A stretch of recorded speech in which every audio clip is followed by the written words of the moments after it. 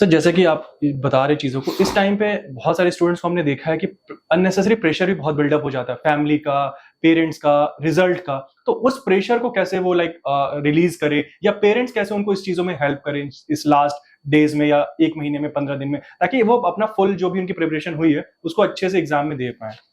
देखिए, दो दो एस्पेक्ट में हम इसको क्वेश्चन को डील करते हैं। दो फेजेस लेते हैं। एक है 100 डेज का, जिसमें हम शुरू के 70-80 दिन लेके चलते हैं। और जैसा कि मैंने आपसे पहले भी कहा कि सबसे इंपॉर्टेंट है फोकस अप्रोच। अगर आप जेई स्पेसिफिक बात कर रहे हैं तो इस वक्त किसी भी स्टूडेंट को जो जेई के प्रीवियस ईयर के क्वेश्चन हैं उसके अलावा कुछ नहीं करना चाहिए। मैंने देखा है बहुत बार स्टूडेंट्स उल्टे सीधे सवाल करते हैं, फॉरेन बुक से सवाल करते हैं।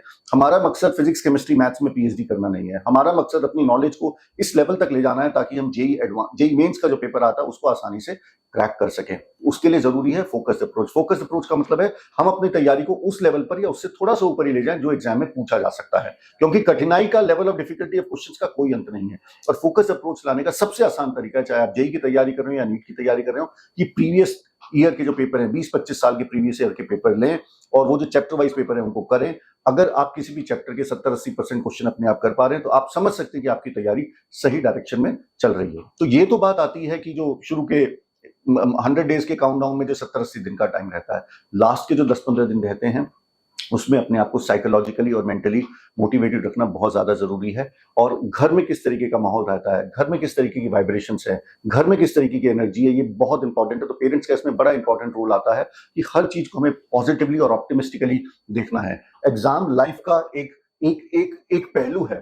आईआईटी या नीट क्रैक करना बहुत अच्छी बात है, बट ऐसा नहीं है कि आईआईटी और नीट के बियॉन्ड कुछ भी नहीं है। तो पेरेंट्स का भी इसमें बहुत इंपॉर्टेंट रोल रहता है कि बच्चे को पॉजिटिवली ओरिएंट करें कि जो भी कुछ हमने किया, हमारा यही मकसद होना चाहिए कि हम अपना बेस्ट उस दिन दे सकें। सर क्या हम फर्स्ट अटेम्प्ट में जेई क्लियर कर सकते हैं? आप फर्स्ट अटेम्प्ट में जेई क्लियर नहीं, जेई को टॉप भी कर सकते हैं। बहुत सारे स्टूडेंट्स मैंने देखे हैं जो फर्स्ट अटेम्प्ट में जेई को क्लियर नहीं, जेई को टॉप भी कर देते हैं। और उसका सीधा सा प्रिंसिपल है, अपनी अप्रोच को फोकस्ड रखिए, अपनी मेहनत को कंसिस्टेंटली कीजिए। बजाय इसके कि एक दिन 10 घंटे पढ़ लिया, हर दिन अगर आप 3 से 4 घंटे लगातार पढ़ रहे हैं over a period of 12 to 18 months, तो जेई को क्लियर करना छोड़िए, आप जेई की टॉप 100 के अंदर रैंक भी ला सकते हैं। मैंने बहुत सारे ऐसे टॉपर्स को इंटरव्यू किया है और उनकी तैयारी के हर पहलू को बारीकी से ऑब्जर्व भी किया है। और इस बारे में अगर आप ज्यादा पढ़ना चाहें तो आप मेरी किताबों में भी पढ़ सकते हैं। बिल्कुल। क्या सर महंगी कोचिंग में एडमिशन लेना जेई एंट्रेंस क्लियर करने का एक सिंपल तरीका हो सकता है? कोचिंग में एडमिशन लेके बड़ी कोचिंग इंपॉर्टेंट है, बट कोचिंग का मेन रोल जो है वो गाइडेंस होता है। कोचिंग आपको, अगर ऐसा होता कि कोचिंग के हाथ में ही कुछ होता और अगर ऐसा होता कि जो कोच है उसी के हाथ में होता, तो सचिन तेंदुलकर भी अपने बेटे को सचिन तेंदुलकर ही बना देता या अमिताभ बच्चन भी अपने बेटे को अभिषेक बच्चन बना देता। ऐसा मैं कोचिंग की अहमियत को नीचे नहीं ला रहा हूं, बट कोचिंग का एक लेवल तक काम है। कोचिंग के बाद आप सेल्फ स्टडी कितनी कर रहे हैं वो डिसाइड करता है कि आपका सिलेक्शन होगा नहीं होगा, और अगर होगा तो क्या आप रैंक पे लेंगे, क्या रैंक आप ला सकते हैं।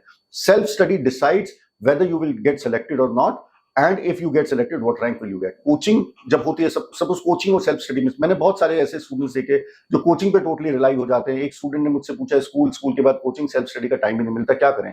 तो मैंने कहा कोचिंग छोड़ दो। Unless and until coaching backed up है सेल्फ स्टडी के साथ, उस कोचिंग का कोई फायदा नहीं होगा।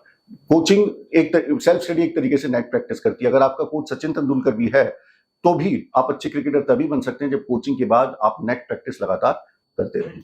सर जैसे आपने सेल्फ स्टडी की बात करी, तो अगर मैं सेल्फ स्टडी की बात करूं तो किस टाइप के बुक्स बच्चों को प्रेफर करनी चाहिए? थ्योरी की, पीवाईक्यूज, सॉल्व पेपर्स की, या प्रैक्टिस बुक की, या उनका सभी को लेकिन उनका करेक्ट टाइम है?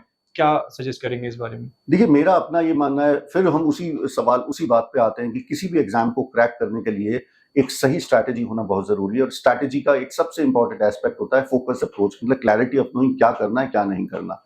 तो आप किसी भी, फॉर एग्जाम्पल अगर आप जेई नीट की बात कर रहे हैं तो आप एनसीईआरटी की बुक्स तो ऑब्वियसली देखेंगे। उसके अलावा आप एक टेक्स्ट बुक ले सकते हैं एक सब्जेक्ट की। और मेरा अपना तो मानना यही है कि उसके अलावा आप पिछले 30-40 साल के प्रीवियस ईयर क्वेश्चंस पकड़िए। उन प्रीवियस ईयर क्वेश्चंस में ऐसी किताब लीजिए जो चैप्टर वाइज हो, टॉपिक वाइज हो, जिसमें जैसे ही आपने चैप्टर खत्म किया आप उसके सवाल करके देख सकें कि क्या आपकी तैयारी उस लेवल पे चल रही है, नहीं चल रही है।